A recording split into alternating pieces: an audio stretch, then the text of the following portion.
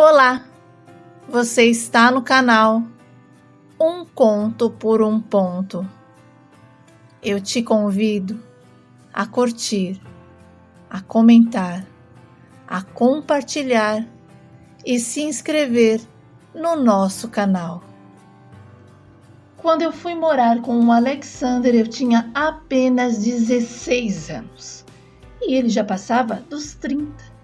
Olha, o meu pai já havia falecido e, embora eu tivesse a companhia dos meus avós, primos e tios, foi ele quem de fato se tornou o meu porto seguro. Ele me conhecia melhor do que os meus próprios familiares. O Alê não saía de casa, já que ele e o meu pai tocavam e cantavam na noite, e por causa disso a gente tinha um bom relacionamento. E sabe de uma coisa? O Alexander nunca foi desrespeitoso comigo. Eu nunca percebi nenhum olhar diferente vindo dele. Para ele, tudo era sempre feito com muita inocência. Mas eu, por outro lado, estava apaixonada. Embora não pudesse dizer nada. Afinal, ele era muito mais velho e experiente e vivia trocando de mulher como quem troca de roupa. E o meu pai, sabe, vivia puxando a orelha dele, dizendo que estava na hora de encontrar alguém, de ter filhos, mas ele sempre dizia que não queria, pois tinha um medo profundo de ser pai. Bom, e dentro de mim eu pensava que ele só dizia aquilo porque ainda não tinha encontrado a mulher certa. Sabe quando você acredita que pode mudar a vida de alguém? Que pode construir algo com ela? Algo que a pessoa nunca planejou ou sonhou? Pois é, eu tinha a plena certeza de que um dia, se o Alê me desse uma chance, ele mudaria. Eu acreditava que ele poderia se tornar um homem de uma mulher só, mas eu nunca me ofereci, nem insinuei, eu esperei o tempo certo. E quando o meu pai faleceu, eu fui morar com a minha avó paterna. E o Alê começou a me visitar quase todos os dias. Conversávamos, ele me levava para comer um lanche, tomar um sorvete e sempre sem nenhuma maldade. E o tempo foi passando. E uma vez ele me deixou na porta da casa da vovó. E ela pediu para ele entrar. Ele entrou e a minha avó, já bastante idosa, começou a dizer que temia morrer e me deixar sozinha no mundo, já que os meus pais haviam falecido. E durante essa conversa, ela insinuou que se o Alê quisesse namorar comigo, ela não via problema algum e até falou que para uma mulher jovem se envolver com um homem mais velho, isso poderia ser bom. E o Alê ficou completamente sem graça e disse que nunca tinha pensado naquilo e que me via apenas como a menina do Gaspar. Mas a minha avó insistiu e pediu para ele repensar. E eu fiquei extremamente feliz com as palavras dela e aproveitei para dizer que se ele quisesse namorar comigo, eu aceitaria, porque gostava dele desde os meus 11 anos. Nossa, após ouvir tudo que nós duas dissemos, o Alê foi embora e ficou um tempinho sem aparecer. Mas, infelizmente, a minha avó também faleceu devido à idade. E para que eu não ficasse sozinha na casa dela, já que os meus tios já haviam seguido seus próprios caminhos, o Alê apareceu e me convidou para morar com ele. E antes de tudo, ele foi conversar com o meu tio Bentinho e explicou que pretendia se casar comigo. E como meu tio era um homem que vivia enrolado na vida e não queria preocupação, aceitou o que o Alê disse e me desejou foi boa sorte. E assim eu fui morar com o Alê e começamos a viver como casados. Ele me ensinou muitas coisas, me permitiu terminar os meus estudos e à noite íamos juntos para o trabalho dele. No entanto, com o tempo, as pessoas começaram a questionar como ele, um homem tão maduro, havia conseguido se casar com uma pirralha. E talvez, assim, por vergonha, ele passou a me deixar em casa, dizendo que, por eu ser menor de idade, não era legal frequentar aqueles ambientes. E as pessoas também que estavam pegando no pé dele. E eu entendi. E então, enquanto ele saía para trabalhar, eu ficava em casa assistindo alguma coisa ou estudando. E quando ele chegava de madrugada, às vezes me encontrava deitada no sofá ou em uma cadeira tentando estudar. E ele gentilmente me conduzia até a cama.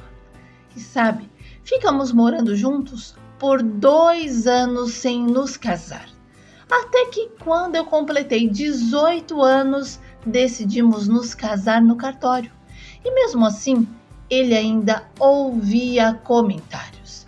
A mãe dele então, por exemplo, não aceitava o nosso relacionamento e vivia chamando o meu marido de Papa Anjo. Dizia que ele havia trocado uma mulher de verdade como a Márcia para se casar comigo, que ainda era apenas uma aprendiz. Além disso, questionava desde quando ele tinha se tornado um homem de uma mulher só, já que com a Márcia ele vivia era aprontando. Nossa, ela falava tanto, mas tanto que chegava a me irritar. Na verdade, a dona Mirna, a mãe do Alê, não era uma pessoa má, era uma mulher até caridosa. Mas o problema é que gostava da ex dele e contra isso não havia nada que eu pudesse fazer. Bom, e por conta da nossa diferença de idade, sofremos muito preconceito. Mas era o meu marido quem mais ouvia piadinhas sem graça. E um dia, cansado de tudo, ele disse que não aguentava mais.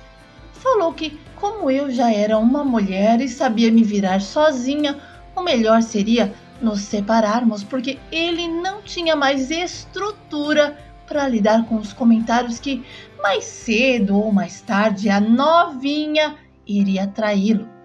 E eu achei aquilo um absurdo e tentei convencê-lo de que o que realmente importava era o que nós sentíamos, não o que os outros pensavam. Mas o Alê já estava decidido a se separar e simplesmente pegou as suas coisas, e foi embora. E por mais que eu o amasse, sabe, eu não fui atrás. Afinal, ele que tinha saído de casa. E então eu não liguei.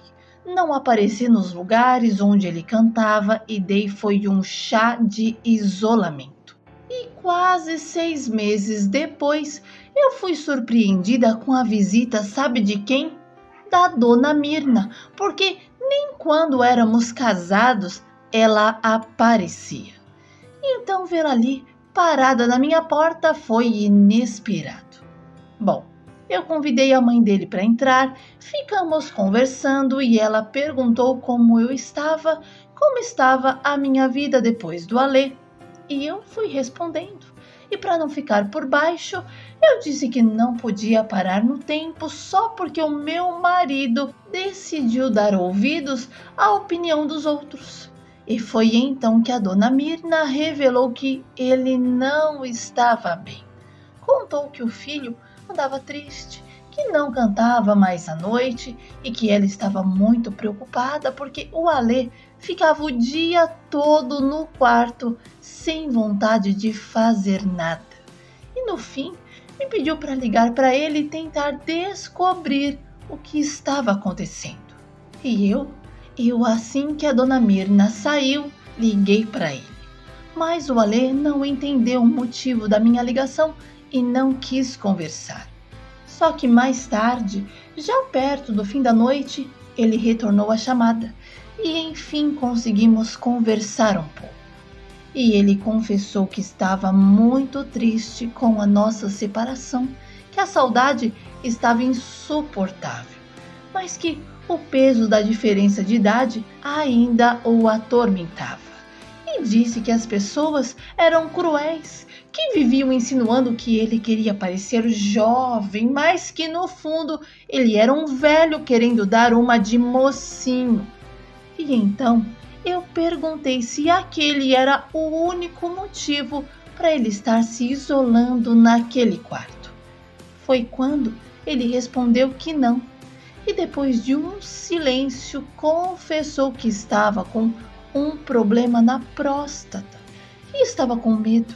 E nessa hora ele começou a chorar. Sabe, eu pedi para o Alê aparecer em casa para conversarmos.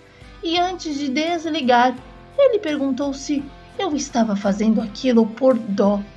E eu respondi que não, que era por amor, que ele precisava parar com tanta bobagem e enxergar tudo o que havíamos construído, e que o nosso relacionamento era baseado na confiança e no amor, e não podíamos deixar que as pessoas destruíssem aquilo. E então eu afirmei com certeza que se ele tivesse disposto a lutar por nós, eu também lutaria por ele, porque ele era o amor da minha vida. Bom, o Alexander e eu reatamos o nosso relacionamento e juntos enfrentamos uma grande batalha. O tratamento para o problema na próstata foi um processo difícil, sabe? Que nos deixou bastante debilitado, porque tanto fisicamente quanto emocionalmente estávamos abalados. E durante esse período eu estive ao seu lado, acompanhando cada etapa, dando o apoio necessário e tentando mantê-lo forte diante dos desafios. E foram meses de incertezas, consultas médicas e momentos de fragilidade. Mas graças a Deus, tudo correu bem. A recuperação foi lenta, exigiu paciência e resiliência, mas aos poucos ele retomou a sua força. E com o tempo, o Alexander passou a enxergar aquela experiência como uma segunda chance, uma oportunidade de recomeçar com um novo olhar para a vida. E sabe, depois disso, o Alexander deixou de lado a preocupação com a diferença de idade. E em vez de se incomodar com os comentários, passou a encarar tudo com mais leveza. E quando alguém fazia alguma brincadeira sobre o assunto, ele respondia com um bom humor, dizendo que escolheu alguém mais jovem para no futuro ter alguém que cuidasse dele. Pois se tivesse alguém da mesma idade, seriam dois velhinhos sem condições de se ajudar. Bom, tivemos o nosso filho, o Danilo, e quando o Danilinho completou 6 anos, o Alexander faleceu de insuficiência renal. E a sua partida deixou um vazio imenso. E de repente eu me vi sozinha novamente, só que agora com a responsabilidade de criar um filho. E foi um período difícil, sabe? De luto, de adaptação, mas a vida seguiu. Hoje o Danilo está com 22 anos. E assim como o meu marido e o meu pai, ele também é cantor da noite. Eu não me casei novamente e honestamente eu não sinto vontade de me casar. Olha, eu estou em paz comigo mesma e com a vida que eu construí. E sabe de uma coisa? A vida me ensinou a importância de estar bem comigo e com as escolhas que eu faço. E apesar das perdas, eu sigo com gratidão por tudo que eu tenho e por tudo o que eu vivi.